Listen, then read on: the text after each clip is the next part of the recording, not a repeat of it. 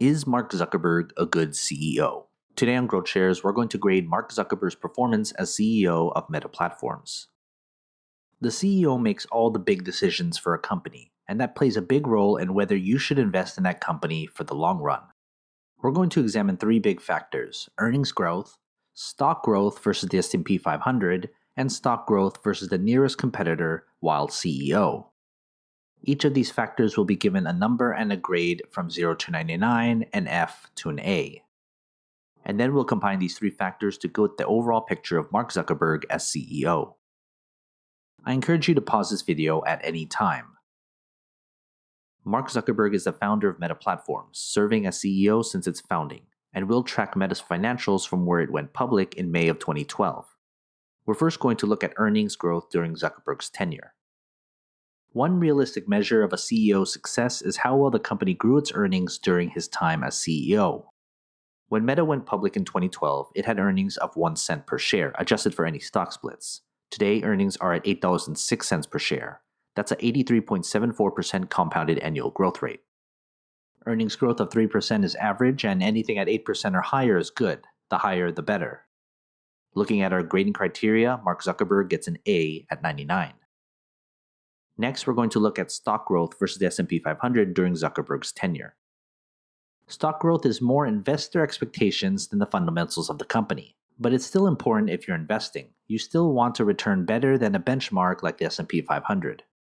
Since Meta went public, it had a compounded annual growth rate of 20%. Compare that with the S&P 500 during the same period of 12.01% annual gain. That's a 7.99 percentage point difference in favor of Zuckerberg. The difference of 0 percentage points is average, and a difference of plus 5 percentage points or better is good. Looking at our grading criteria, Zuckerberg gets a B+ at 81. Third, we're going to look at stock growth versus the nearest competitor during Zuckerberg's tenure. The nearest competitor is a company closest in market cap within the same industry. Meta's nearest competitor today is Alphabet. Meta has had a stock growth of 20% compounded annually, while Alphabet gained 20.66%, a difference of 0.66 percentage points in favor of Alphabet. The difference of 0 percentage points is average, and a difference of plus 5 percentage points or better is good. Looking at our grading criteria, Zuckerberg gets a C at 52. Before we get to our overall grade, consider becoming a GrowthShares Patreon member. You'll get access to every grade from every company I've analyzed. It's updated all the time. Go to patreon.com/GrowthShares or click on the link in the description. I place 40% on earnings growth as opposed to stock growth because earnings are a more meaningful measurement.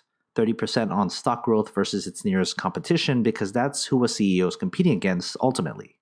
And also 30% on stock growth versus the S&P 500 because if there's a better alternative such as an index ETF, you should go with that.